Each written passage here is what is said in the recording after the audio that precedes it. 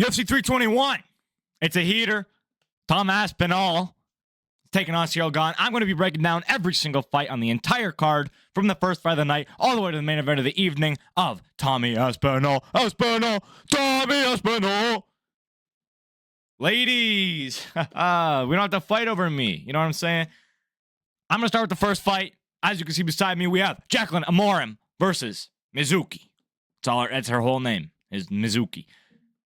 Listen, bro. A guy like me does my research, right? So I went back into the archives to watch Mizuki fight. This girl has been in the UFC for 6 years. She made her debut in 2019. She has fought 3 times. So, you know, extremely inactive. Also, one of my biggest notes, one of my biggest takeaways is she is abnormally pale. I mean, she's like white on rice, all right? She is actually very pale, and whenever she takes any sort of damage, it shows up almost immediately, far more than it does on anybody else, really.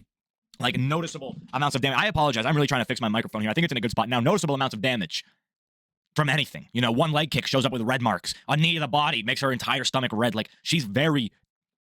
It's very obvious to see where she's been hit and where she's been damaged, which I think does not play well in damage-based scoring. I mean, we give points based on physical damage done. So if you look like you've taken more damage, you're going to lose fights. She's taking on Jacqueline Amorim. Her last fight was against fucking... Sorry, not Jacqueline. Mizuki's last fight was against Hannah Goldie, bro. And neither of them impressed me in the grappling, even though both of them were pressing it. Jacqueline Amorim is very good in the grappling. She's a very good jiu-jitsu player. I think Lucas Tracy chose Mizuki, bro. What a fucking idiot. Jacqueline Amorim's taking this one. I don't know why I'm still on this fight, to be honest. This could have been 22 seconds. Jacqueline Amorim by submission, probably round 1. Easy. Next fight. Did I just ace? No, I did not. Azat Maksum versus Mitch Raposo. Mitch Raposo struggles to close distance against taller, bigger guys, and Azat Maksum is a taller... I mean, he's 2 inches taller, and you can see his reach there. He is massively ahead in the reach department. He's... What can you say about a guy like Azat Maksum that hasn't already been said? His takedown defense is phenomenal. He may have been taken down in the 3rd round against Tagir Lombeck. I only watched the first 2, but his takedown defense is very, very good. And, like, he's defending on the cage. He's defending mat returns. Like, he's defending takedowns everywhere. It's not just that he's good against the cage. He's defending takedowns in the open. He's defending takedowns everywhere. He's pretty good on the takedown defense, which, again, I think is something that Mitch Raposo is going to have a problem with because Mitch Raposo is a grappler, right? His fight against Mitch Raposo, his last fight was Sumu Derji. By the way, how are we getting stunted on by Sumu Derji? I remember watching this fight live and being very upset with Mitch Raposo for not being able... I think he might have been in my parlay or something. He just couldn't close the distance. He would get tags coming in every single time. Sumu Derji was putting on a clinic. And then anytime he would close the distance, he couldn't get Sumu Derji down, which, to be fair, Sumu Derji has like 4 inches height on him and has very long legs. So whenever he would get Sumu Derji to the cage and he would try for those, like, you know, where the dude's kneeling against the cage and the other guy's like trying to get on his back, Mitch Raposo was trying that, but Sumu Derji was just standing up because Mitch Raposo couldn't hold him down. He was just too tall. Which, again, is something that I think Azat Maksum has on Mitch Raposo. I think Azat Maksum's going to take this fight. He's going to be able to keep his distance and ping him on the head by... I don't know if I did. Yeah, round 1 submission. I think it's going to be an Azat Maksum decision for this fight. He's going to ping Mitch Raposo every time that he comes. Holy shit. Dude, I just looked at Chris Barnett, man. My goodness. Chrissy B. 5'9" heavyweight, you know. Oh, dude. Dude, coming from Mitch Raposo and then seeing Chrissy B. My goodness. Holy shit. All right, Chris Barnett. I swear to God, I'm not making it. This isn't a joke. All right. This is, you know, I feel like I haven't seen that Gane clip where it says, not a joke. How you laugh so weird. Bro, this is not a joke. Chris Barnett lost his last fight because when he entered the octagon, he jumped and tore a ligament in his leg. I put it on everything I love. I know if you go on Tapology, you can see, like, I think it was a knockout by Kennedy and Nzechukwu. I think that's what it's listed as. But if you watch the intros to this fight, as Bruce Buffer's announcing Chris Barnett's name, he jumps and he looks down at his leg and he starts he's rubbing his leg and he's hurt. He tore a ligament in his leg because he jumped. And now, introducing his opponent. Chris Barnett. I love Chris Barnett, dude. He's such a fun fighter. Every time he wins, he does a little front flip and lands on his ass. I love Chris Barnett. He's going to lose this fight, dog. Like, he's just going to lose this fight. I mean, what can we say? The drug cheat, Hamdi Abdel Wahab, which is not, you know, I had posted this, sent it to my friends. I always send them the card, and I had a little syringe next to Hamdi. And one of my friends was like, what does that mean? I said, he's a drug cheat. My friend goes, for real? And I said, yeah, bro. He got banned by USADA. Like, he got caught cheating with steroids. And his win was overturned into a no contest. He has a drug cheat. Did he beat Muhammad Usman, or am I bugging? Did he lose that fight? He might have lost to Muhammad Usman. I'm fucking on here. the fuck? Doesn't even say. Okay. I think he beat Muhammad Usman, which is, again, not a very difficult fight. Muhammad Usman is one of the worst fighters. I would put Muhammad Usman, Dontel Mays, and Chris Barnett in the same tier of heavyweight fighter. They're just not good. Chris Barnett, shit. I mean, Hamdi Abdel-Wahab decision. What are we fucking talking about here, buddy? Or maybe early KO if Chris Barnett decides jumping is in the books. If jumping is on the table for Chris Barnett, it is a first-round KO for Hamdi Abdel-Wahab. Simple as. Next fight. This is actually a good fight. Oh, I forgot to mention earlier, by the way, Azat Maksum missed weight by 3 pounds. That's another big advantage he's going to have over Mitch Raposo in the grappling. So, I think that's a pretty clear Azat Maksum win. Next fight, Nathaniel Wood is going to be taking on Jose Miguel Delgado. And I thought of this because I had my little brain mental note on Jose Miguel, whatever. He missed weight as well by only 1 pound, but he looked rough on the scale. They had to bring out the little curtain thing so he could go naked. And he looked really bad. Now, I'm not one of these dudes that measures everything based on what the fuck was going on the scale. You follow that guy on, I don't know if you do. I follow that guy on Instagram that always breaks down the body language on the scale and who had the best and worst weight cuts. He didn't really mention Jose Miguel. I can't get it, dude. I just can't say it. He looked pretty bad on the scale. That said, he's an early finisher. His last fight was, oh, fuck. I have the dude's face in my head, and I was thinking about it today. Some undefeated guy, Filipino. Put his name wherever. Put a picture of him. Jose Miguel. Why can't I say it? He will, I think, lose this fight because Nathaniel Wood is a very, very technical striker. That said, Nathaniel Wood doesn't have the best finishing instincts. I rewatched his fight against Naimov and his fight against Morgan Charrier. He accepts being on his back a little bit too much for my liking. I mean, we're in MMA. People can get subs on their back, but not really. And you're just in a losing position. And he also, again, like I said, does not have the best finishing instincts. He hurt Morgan Charrier very badly. He clipped him right on the jaw, dropped Morgan Charrier flat on his back, and couldn't finish the fight. Now, again, Morgan recovered pretty fast and was able to get himself in a very good position to recover while on his back. But then Nathaniel Wood started throwing up submissions and gave his back. But not gave his back. He pulled guard and gave Morgan Charrier the top position, which kind of brought, I would imagine that if Nathaniel Wood dropped Morgan Charrier and then was on top and threatening submissions for the rest of the round, he would have got a 10-8 in that round. However, he didn't. He ended up getting a 10-9 because he gave up he gave up position. I just don't love the grappling. I don't know if it's IQ or what I would even describe that as. I feel like it's not IQ. It's just like a fuck up. If it goes to the ground, I think Nathaniel Wood has skill on Jose. Is it Jose? Might be. He's American, so probably. Also, he's got a big height advantage. I didn't even notice this. Whoopsies. 5-inch height advantage for Jose Miguel Delgado. I'm still going to stick with Nathaniel Wood. His striking is really crisp. He likes to stay on the outside and kind of pick his shots, which, again, is something that Miguel Delgado does not do. He's, again, like I said, early finisher with the knees up the middle in the clinch, which is very good. I tried to find footage of Nathaniel Wood in the clinch, but I also wanted to record this video, and I'm kind of busy tonight, so. Jays, by the way. Go Jays, baby! Sorry. So, yeah, I didn't get to really dive too deep into Nathaniel Wood's clinch game, but I think he'll take this fight based on the striking alone. Next fight, probably a decision for Nathaniel Wood. Walter Walker is taking on Louis Sutherland. Big Lou. Not looking as bad as Chris Benoit, I must say, dude. Jeez. I mean, he's looking pretty. Yeah, he's okay. Walter Walker is a demon. He is a demon. Foot fetish himself.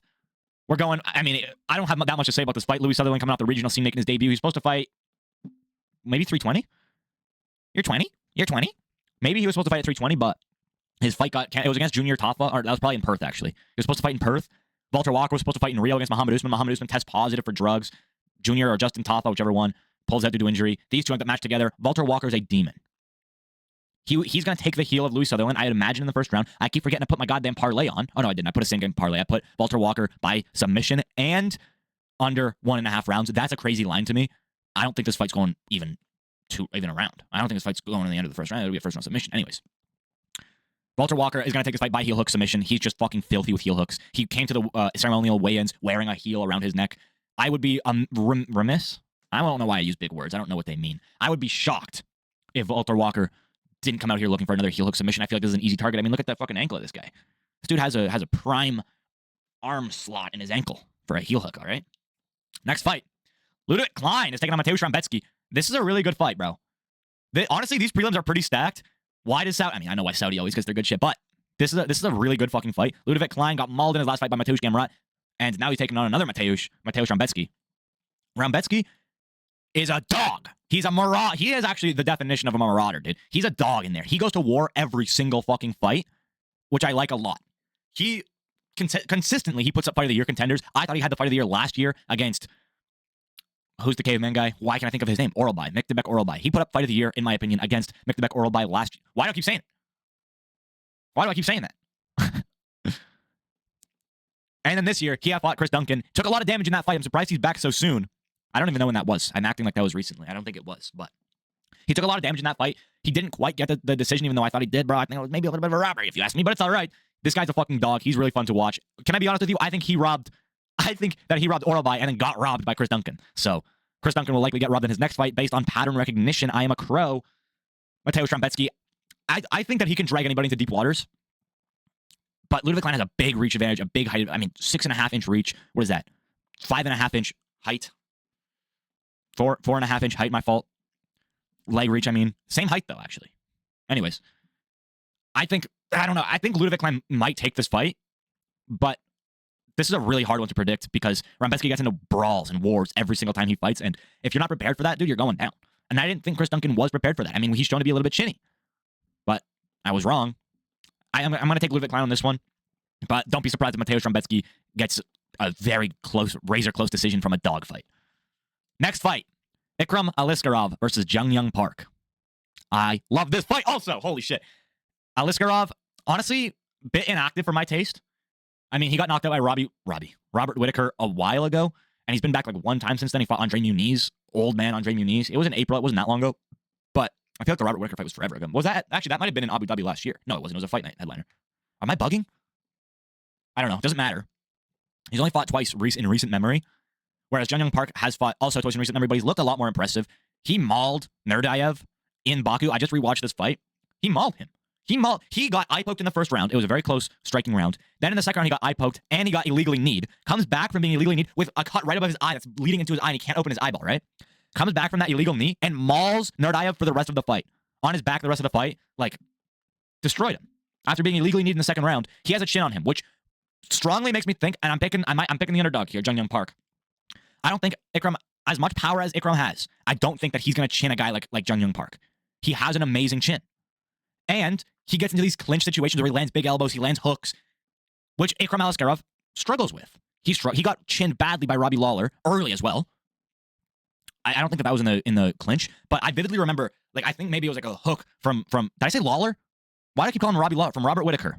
A hook lands, and he gets back into the cage, and Whittaker finishes it on the cage, up close in kind of like a, I don't remember. It's not quite a clinch, but it was in really close distance.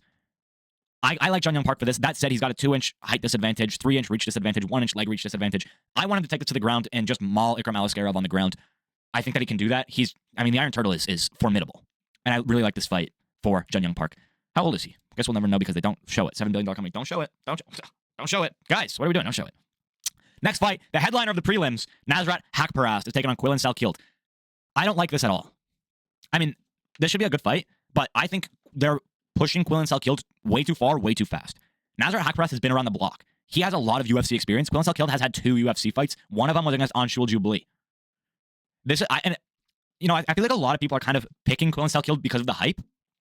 I'm going Nasrat Hakparast for this fight. Quillan Salkild, he didn't impress me in a Yanel Ashmouz fight, and now he's taking on Nasrat Hakparast. He didn't look like a world beater in a Yanel Ashmouz fight. I don't think Yanel Ashmouz is very good. I feel like he's kind of a jobber. Now he's taking on Nasrat Hakparast, who's decent. He's on a 5-fight win streak as well, I believe, or a 4-fight win streak.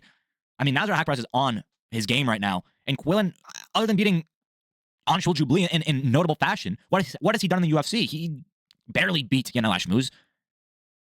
I'm not impressed by him. I'm just not impressed by him. I feel like they should have. Why does Atiba Gauthier get a bunch of fucking nobodies who's going to chin in one round, but Quillan Salkild on his 3rd UFC fight gets Nasrat Hakparast? It doesn't make any sense to me. And I understand, but lightweight is so deep. Lightweight is such a deep division. I don't like this fight at all. Let's get Quillan Salkild something good, right? I think he's going to lose this fight. Nasrat Hakparast, probably a decision. We're going Nasrat to win this fight. It feels easy to me. Next fight, Alexander Rakic versus Azamat Mirzakhanov. Dude, I honestly, before looking at the stats right here, was going to pick Mirzakhanov. Look at these stats. 6-inch height disadvantage. Massive height disadvantage. 7.5-inch reach disadvantage.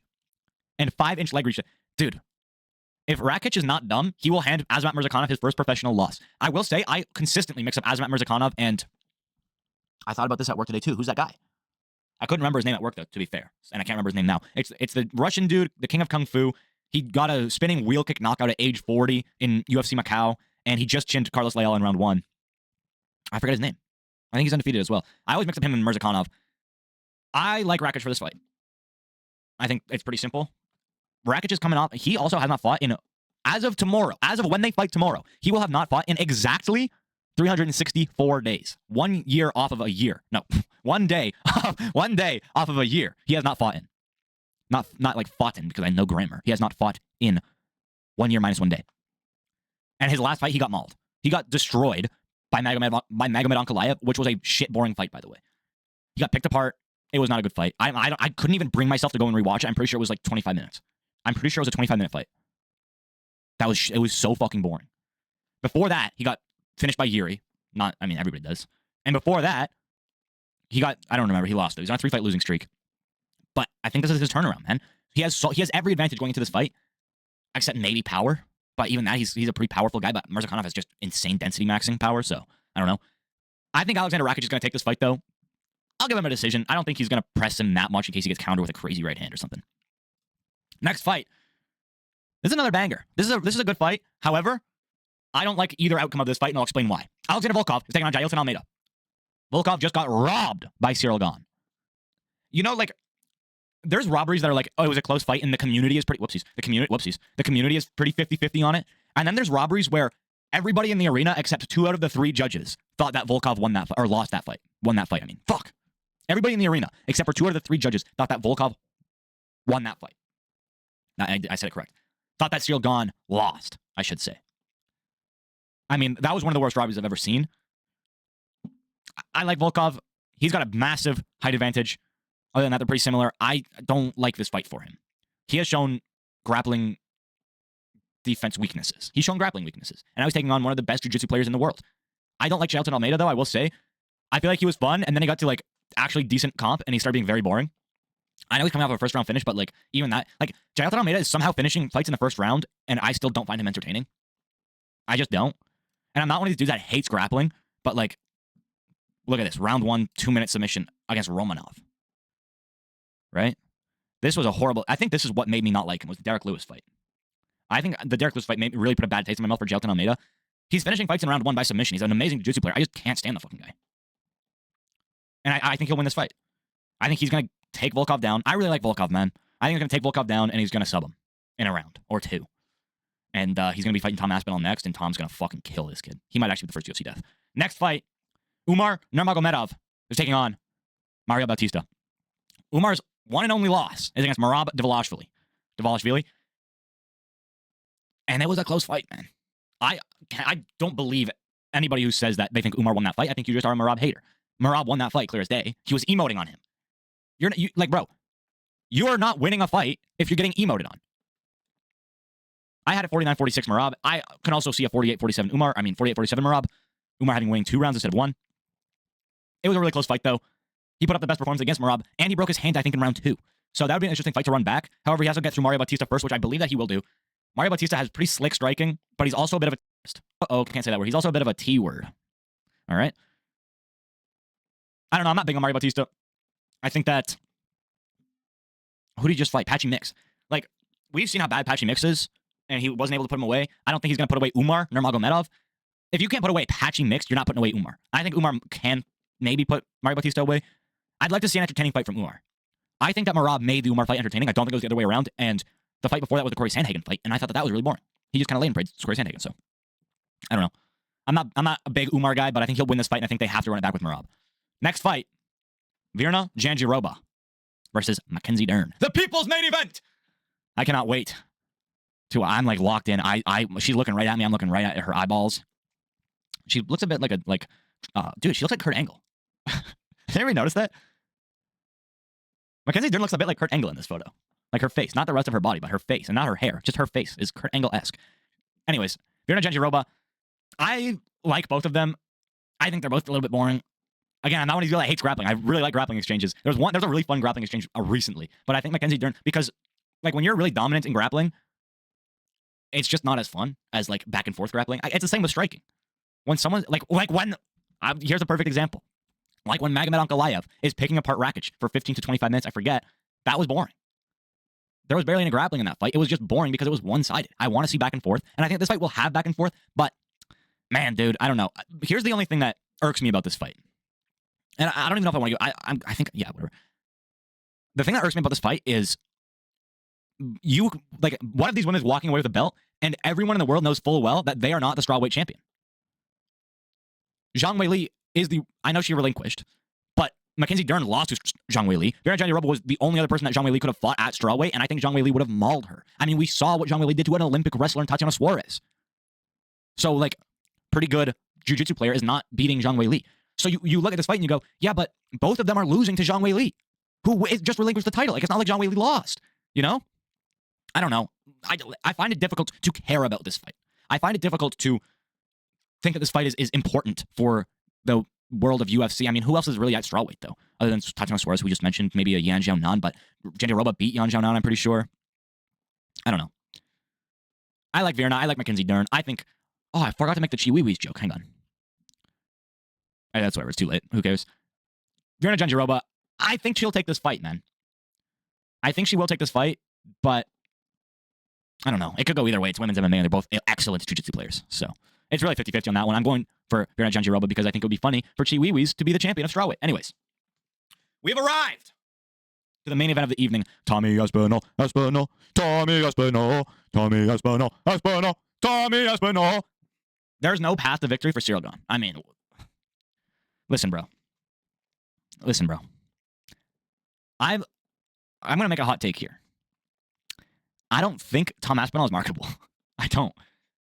And it makes me sad because this is the guy that ruined John Jones' legacy. But at the same time, looking back in 10 years, nobody's going to remember Tom Aspinall. Nobody's going to remember him because he's just not marketable. He's not memorable. He's too nice of a guy. Right? And I would love for him to be the face of MMA because I think he's a good dude. I don't see him being the face of MMA. I don't see him being the face of the UFC. I don't find him very marketable at all. When he talks, there's nothing coming out. There's no clips.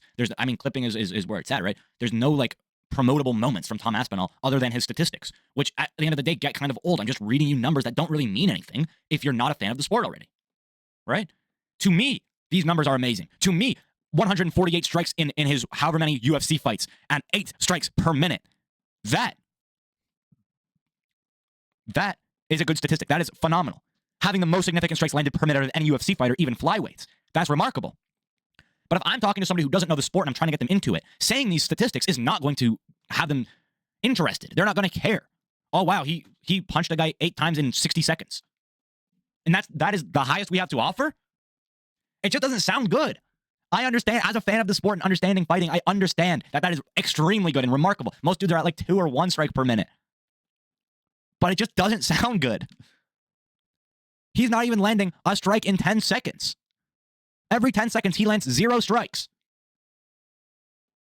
That's how I would take it as someone who's not a fan, as a casual viewer or as someone who doesn't know MMA. I find it hard to promote a Tom Aspinall fight to them. And then you hit them with his average fight time is 2 minutes, 2 seconds. And then they look at you going, you're about to pay $80 to watch 2 minutes and 2 seconds of a fight or less. You're about to pay $80 to watch someone for maybe a minute and a half. All right? I just find it so hard to promote Tom Aspinall to people who are not fans of the sport, and I think he's just not marketable. Right? When you look at an Ilia Topuria, you go, he's just knocked out 3 of the greatest fighters of all time, back to back to back. That is a great statement. For Tom Aspinall, you go, yeah, he knocked out a couple fat guys. He knocked him out fast, but it's heavyweight. Everyone gets knocked out fast. I like Tom Aspinall. I don't want this to sound like I'm shitting on Tom Aspinall, but he's not promotable. He has to either change his person. He needs to be Bully Aspinall, dude. Guru has it down. He has to be Bully Aspinall. Me, shut the fuck up, me. Fucking remind me of Marcin Tybura. Can't do it. I can do it all right. It's all right. It's fine. Zero. You fucking tall guy. Oh, he's a fucking good bloke, though. Tom, no one cares he's a good guy. Say some shit to him. No, you know what's a good one that he said? Is that he's going to get Ciryl Gane out of the title picture forever. That's a marketable statement. This is Ciryl Gane's last chance to ever fight for a title. If he loses, he will never fight for a title again. That is a promotable material. Oh, mate, he's a good guy, though. He reminds me of Marcin Tybura. Tom, who cares? Well, we're going out there and, I don't plan on going the full 50. I don't plan on going the full 25 minutes. I don't plan on knocking people out fast. It just sort of happens. No one cares, bro. You go out there and you say, mate, fucking, I just am that powerful. I'm just going to knock him out. I find it hard to promote. I can't even come up with something. But having that this is Ciryl Gane's last chance, and that's promoting Ciryl Gane, bro. That's not even promoting you. I don't know. I find him very hard to market. And like these fucking dog shit shorts, by the way. Everyone is glazing these shorts. I'm gonna get mad, bro. Everyone is glazing these shorts. They're horrible. They're not good. They just added the Union Jack to the side of the short.